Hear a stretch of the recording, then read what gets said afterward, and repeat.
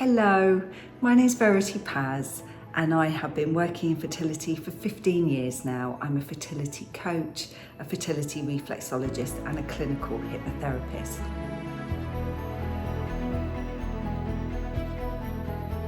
And one of the things that I see in my clinic on a daily basis is the diagnosis of unexplained infertility.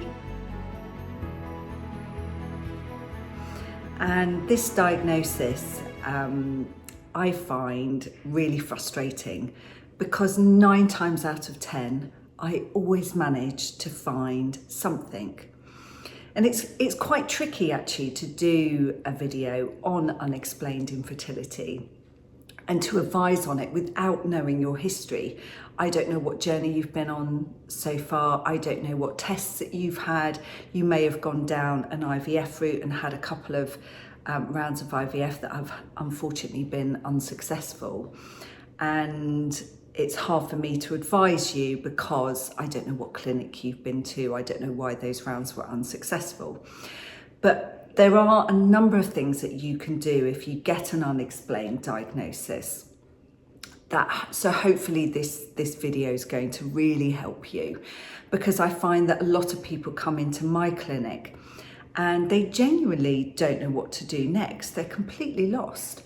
Whether or not they've given the all clear by the NHS and the NHS has said, we can't find anything wrong with you, just keep trying.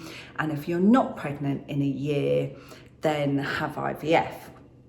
And of course, if you don't meet the NHS criteria within your area, then you would need to pay for that IVF. So I find a lot of people are lost. And equally, people can have a few rounds of IVF, no idea why it's not happened for them. And they're told to just keep having IVF and keep spending anywhere between £5,000 and £15,000 a pop.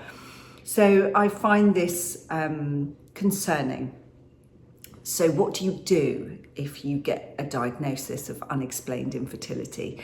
Let's go back a little bit. So generally, if you've been trying for a year, you'd go to your GP and your GP would run some standard blood tests, generally on day 1 to 3 of your cycle, hopefully on day 1 to 3 of your cycle, not always, and 7 days after ovulation, hopefully, but not always. And they would do a sperm analysis. And even if that sperm analysis came back as slightly compromised, for example, if the motility wasn't great, your GP would generally say, oh, that's fine, nothing to worry about.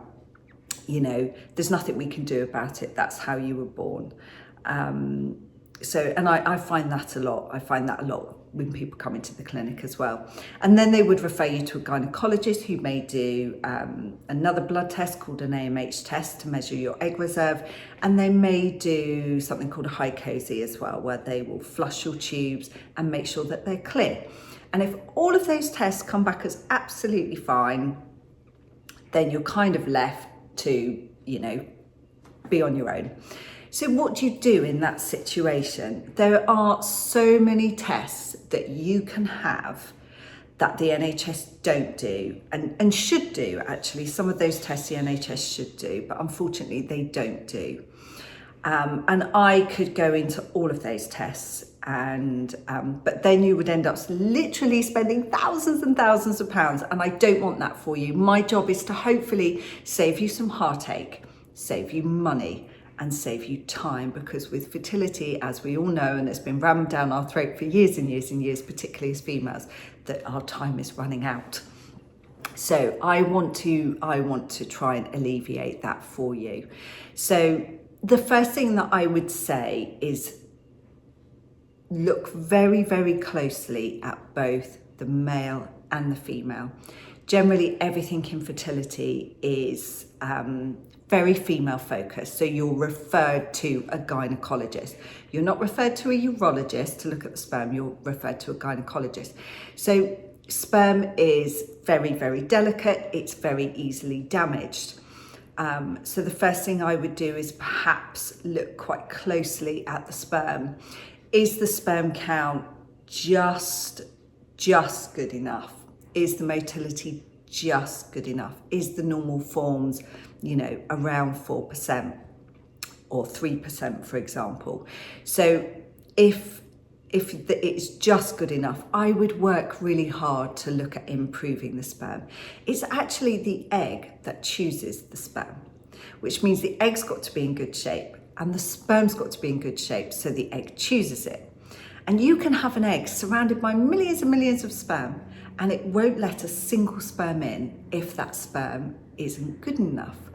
So that's my first tip, is really look at the sperm. So if you're doing anything that compromises that sperm, for example, creating lots of heat around that area, I don't know, putting your heated car seat on, cycling, doing lots and lots of running, then perhaps look at an alternative. I don't know, swimming would be a really good thing, because generally people swim in cold water. I would look closely at the sperm, and then I would look at the egg quality. I mean, I know that egg quality gets blamed on an awful lot, but as I said before, it is the egg that chooses the sperm.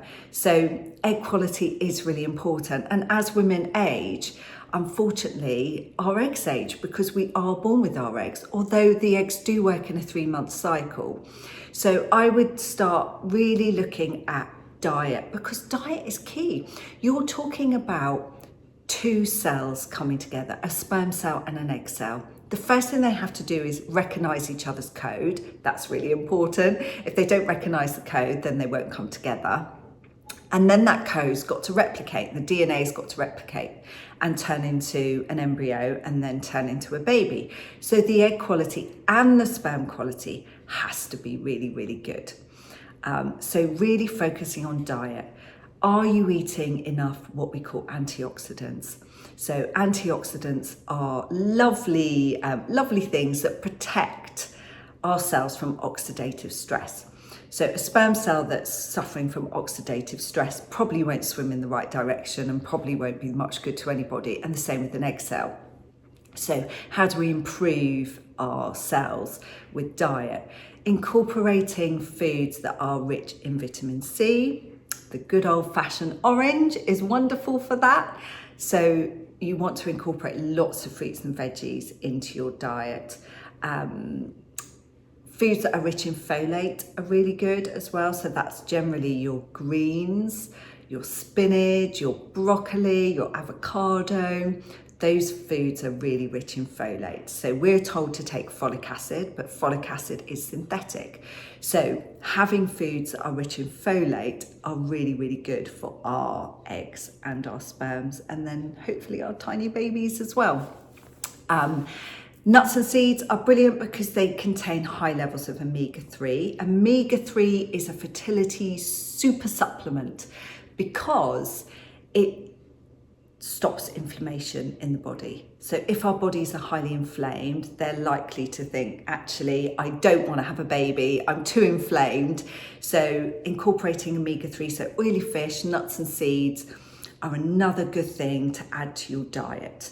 And I would say, if you can, and I know it can be tricky because I eat this way as well because I have endometriosis, so I try and keep my inflammation levels really low.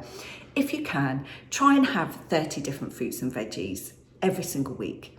And I know that sounds really, really hard, but actually it's not. If you roast a tray of veggies, you can put 10 vegetables in a roasting tray.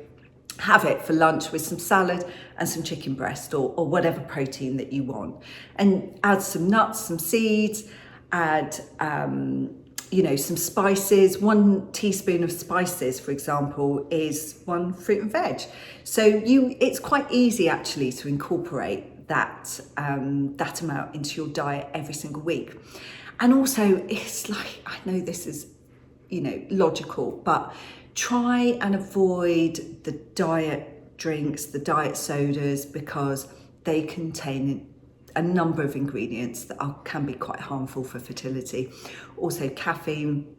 I always say to clients when they have a fertility coaching session with me, try and avoid high levels of caffeine. 1 or 2 a day is absolutely fine, but any more than that is potentially too much. cut out alcohol. I mean, a glass of red wine every now and then with a lovely meal out is wonderful and really, really good for you, because you've got oxytocin receptors in your uterus. Ladies, your uterus is looking for happiness, and if a glass of red wine makes you happy once a week, then please do that. But you know, I see people coming in the clinic all of the time and they are drinking 12 to 15 units, sometimes at once.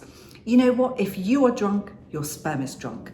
So, and drunk sperm can't swim in the right direction. So try and do limit alcohol. Obviously, it's really logical to not smoke. Vaping, they've done a couple of studies on vaping with fertility now, and it's not looking good for you vapors. It may even be more harmful than cigarettes. So if you vape, I would probably look at stopping that. Remember, whatever you do is going to come to fruition in 3 months.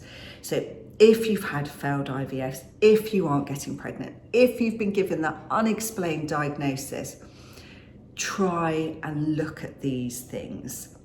Diet is key. Looking at the sperm maybe in further detail could be a game changer for you. There are lots of other tests that you can have, like microbiome tests, natural killer cells tests, further semen analysis, DNA fragmentation tests, but all of those tests can cost a fortune. And actually, I'm obviously a big fan of further testing, but not when it's just stabbing in the dark. So try and come to somebody like me, a fertility coach, where we can look at your history. Quite often I will ask a few questions and I will know instantly what additional testing that they need to have. So yeah, don't just go out there and have every test under the sun, unless you've got thousands and thousands of pounds, in which case, happy days. But if you don't, go to somebody who knows their stuff and who can point you in the right direction. Because as I was saying before, I know when I was on the fertility journey, I was really lost and I didn't know what to do next. And if you are lost and you don't know what to do next, start with those things. Look at egg quality, look at sperm quality, and then go to a fertility coach and look at what further testing you should have. Because as I've said, everyone that comes into my clinic with the unexplained bracket, I always find something. Sign up to our newsletter as well, because there is so much stuff that I send you for free. There's lovely hypnosises, fertility hypnosises. There's some great stuff that is really going to help you on your fertility journey.